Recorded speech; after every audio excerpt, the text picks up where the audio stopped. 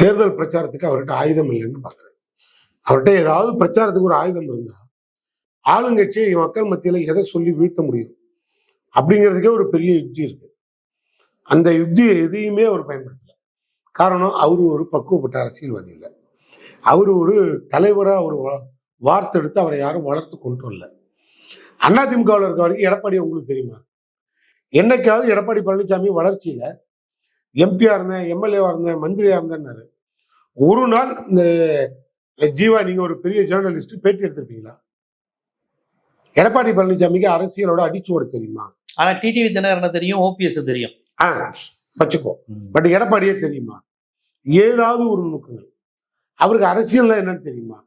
அது ஓடுற குதிரையில 1 நம்பர் குதிரையா அன்னைக்கு ரேஸுக்கு தகுந்த மாதிரி புழுக்களை வந்து உட்காந்துட்டு அவ்வளோ ஒரு அரசியல்வாதியை இடப்பட முடியாது. பட் ஒரு எதிர்கட்சியா இருந்து எப்படி செயல்படணும் தெரியாது. ஆளுங்கட்சி முதலமைச்சராக இருக்கும்போதே நீ எப்படி செயல்பட்டீங்க அதுவும் தெரியாது.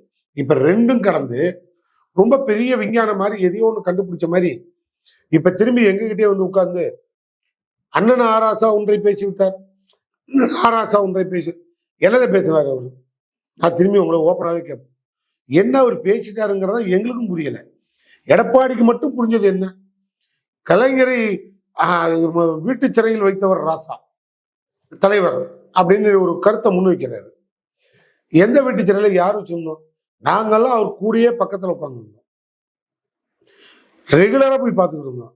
யாரு இருக்கானோ இல்லையோ அறிவாலயத்துக்கு போய 10 வைக்கில் உட்காந்துருப்பாங்க, அவன் ஏமாந்துருவான், அவனை போய் பார்த்துட்டு வருவோன்னு சொல்லிட்டு வந்த தலைவன் கடைசி வரைக்கும் கலைஞர். அவர் யாரையும் அவர் எதிர்பார்த்ததே கிடையாது.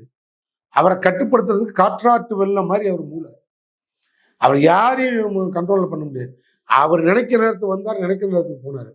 இறுதியில் அவருக்கு முடியலன்னு வீட்டில் இருந்தார். அப்போ கூட தலைவர் பதவியை யாரும் வாங்கல.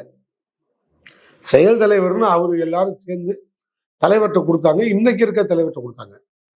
எங்களது பெரியார் மாதிரி பேரறிஞர் அண்ணா இருந்த பதவி, அந்த பதவியில் அமர மறுப்போம், பெரியார் இருந்த தலைவர் பதவியில் அமர மறுப்போம். அந்த பக்குவமும் அந்த பண்பற்ற அரசியல் நாகரிகமும் எங்கள்கிட்ட இருக்கு. கடைசி வரைக்கும் பொறுமையை காத்து அவர் சொன்ன அத்தனைக்கும் தலையாட்டிய ஒரு தலைவர் இருக்கு. யார் இப்ப திமுக தர்ம யுத்தம் பண்ணாலும்